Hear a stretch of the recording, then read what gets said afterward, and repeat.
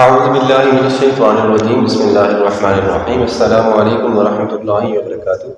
محترم سامعین، آج کی کلاس میں ہم سورۃ النمل کے حوالے سے بات کریں گے۔ ہم اپنی کلاس کا آغاز کرتے ہیں بسم اللہ الرحمن الرحیم۔ سورۃ النمل مکی سورت ہے، اس میں 93 آیات ہیں۔ اس کے تعارف کے حوالے سے اگر ہم بات کریں تو نمل کا مطلب ہے چیونٹی۔ اس سورت کی آیت نمبر 18 میں حضرت سلیمان علیہ السلام کا واقعہ بیان کیا گیا ہے، جبکہ وہ چونٹیوں کی وادی کے پاس سے گزر رہے تھے، اس لیے اس سورت کا نام سورۃ النمل ہے۔ سورۃ النمل پچھلی سورۃ الشعراء کے فوراً بعد نازل ہوئی۔ سورۃ النمل کا خلاصہ یہ ہے کہ اس میں اسلام کے بنیادی عقائد، عقیدہ توحید، عقیدہ رسالت، موت اور کفر کے برے نتائج کا اس میں ذکر کیا گیا ہے۔ اس کے اگر ہم مختصر مضامین کے بارے میں بات کریں تو سورۃ النمل کے آغاز میں قرآن مجید سے ہدایت حاصل کرنے والوں کی صفات بیان کی گئی ہیں۔ پھر حضرت موسیٰ علیہ السلام، حضرت سلیمان علیہ السلام، حضرت صالح اور حضرت لوط علیہ السلام کے واقعات بیان کیے گئے ہیں۔ حضرت سلیمان علیہ السلام کا واقعہ زیادہ تفصیل کے ساتھ بیان کیا گیا ہے۔ حضرت سلیمان علیہ السلام حضرت داؤد علیہ السلام کے بیٹے تھے۔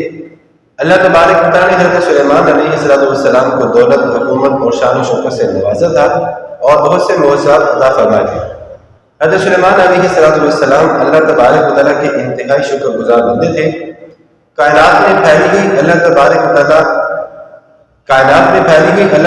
و تعالیٰ کی قدرت کی نشانیاں بہت مؤثر انداز میں بیان کی گئی ہیں، جن سے اللہ تبارک و تعالیٰ کی وحدانیت اور قدرت ثابت ہوتی ہے۔ سورۃ النمل کے آخری دو رکوع میں آخرت کا انکار کرنے والوں کو سمجھایا گیا ہے، قیامت کے علامات، اس کے دلائل، اس دن کے احوال اور قیامت کے دن اچھے اور برے لوگوں کے انجام کے بیان پر سورت کا اختتام کیا گیا ہے۔ اس سورت کے علمی اور عملی نکات کے حوالے سے اگر کوئی سوال آ جاتا ہے تو ہم اس میں کرتے ہیں کہ سورۃ النمل کے جو عملی اور علمی نکات ہیں اس میں سے ایک یہ ہے نماز قائم کرنا، زکوٰۃ ادا کرنا اور آخرت پر یقین کامل رکھنا ہی اصل کامیابی ہے۔ حضرت سلیمان علیہ السلام کی طرح ہمیں بھی اللہ تبارک و تعالیٰ کی نعمتوں کا شکر ادا کرتے ہوئے زندگی گزارنی چاہیے۔ اللہ تبارک و تعالیٰ کی لاچار اور پریشان حال لوگوں کی فریاد سنتا ہے، اس لیے ہر مصیبت میں صرف اور صرف اللہ تبارک و تعالیٰ کو ہی پکارنا چاہیے۔ اس کے علاوہ باقی یہاں پہ آپ کو سکرین پہ اور بھی علمی اور عملی نکات نظر آ رہے ہیں، آپ ان میں سے کوئی اور بھی دیکھ سکتے ہیں اور یاد کر سکتے ہیں۔ اس کے بعد ہم سورۃ النمل کی جو ہے وہ مشق کی طرف چلتے ہیں۔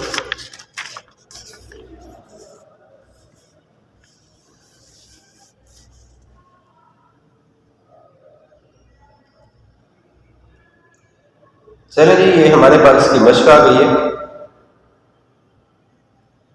سب سے پہلے دیکھیں یہاں پہ درست جواب کی نشاندہی کریں۔ نمل کا معنی ہے چیونٹی۔ سورۃ النمل میں سب سے زیادہ تفصیلی ذکر ہے حضرت سلیمان علیہ السلام کا۔ دین کی دعوت دینے والے لوگوں کو خبردار کرنا چاہیے۔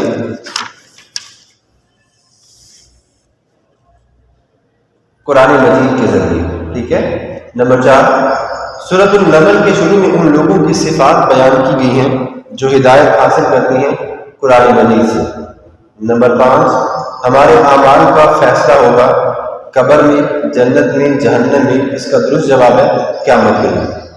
اب ہم اس کے مختصر سوالات کی طرف چلتے ہیں۔ سب سے پہلے سوال نمبر 1، سورۃ النمل کو یہ نام کیوں دیا گیا؟ کیونکہ اس سورت کی آیت نمبر 18 میں حضرت سلیمان علیہ السلام کے واقعے کو تفصیل کے ساتھ بیان کیا گیا ہے، جبکہ وہ چونٹی کی وادی کے پاس سے گزر رہے تھے، اس لیے اس سورت کا نام سورۃ النمل ہے۔ سوال نمبر 2، سورۃ النمل کا خلاصہ۔ چونکہ یہ سورت بھی مکی ہے، اس لیے میں نے آپ کو بتایا تھا کہ جو مکی سورت ہوتی ہے اس میں اس کے عقائد، عقیدہ توحید، رسالت، موت، آخرت، قیامت، ان چیزوں کا ذکر ہوتا ہے۔ تو اس کا جواب یہ ہوگا کہ اس میں اسلام کے بنیادی عقائد اور کفر کے برے نتائج کا ذکر کیا گیا ہے۔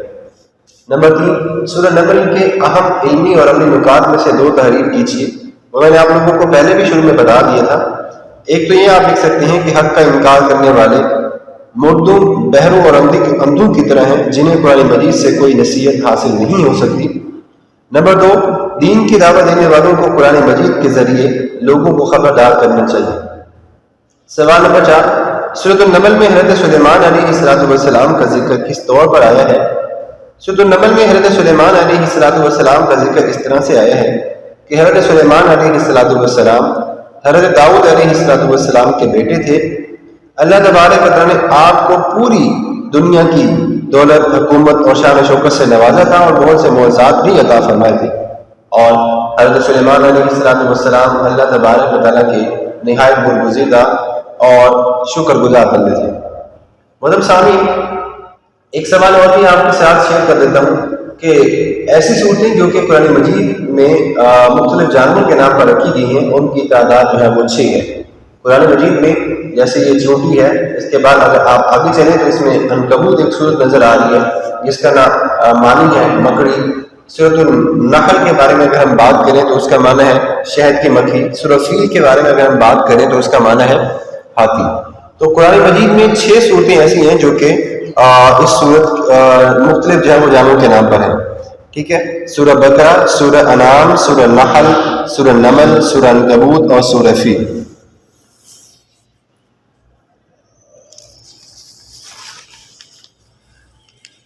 مختصر اس کی جو اضافی معروضی بن سکتی ہے وہ میں آپ کو تھوڑی سی بتا دیتا ہوں کہ سورۃ نمل کی آیات کی تعداد 93 ہے۔ سورہ نمل میں حضرت سلیمان علیہ السلام کا تفصیلی ذکر کیا گیا ہے۔ حضرت سلیمان علیہ السلام کے والد کا نام حضرت داؤد علیہ السلام ہے، اور اسی طرح حضرت سلیمان علیہ السلام کو اللہ تبارک و تعالیٰ نے نبی اور بادشاہت عطا کی تھی۔ سورہ نمل کے مطابق آخرت میں جو کامیابی ہے وہ ان لوگوں کے لیے ہے جو کہ نماز قائم کرتے ہیں اور زکوٰۃ ادا کرتے ہیں۔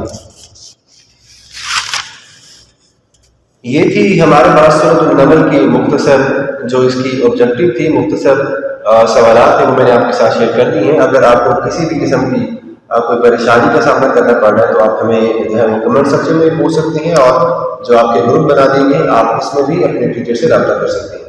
اپنا بہت سارا خیال رکھیے گا۔ اللہ حافظ۔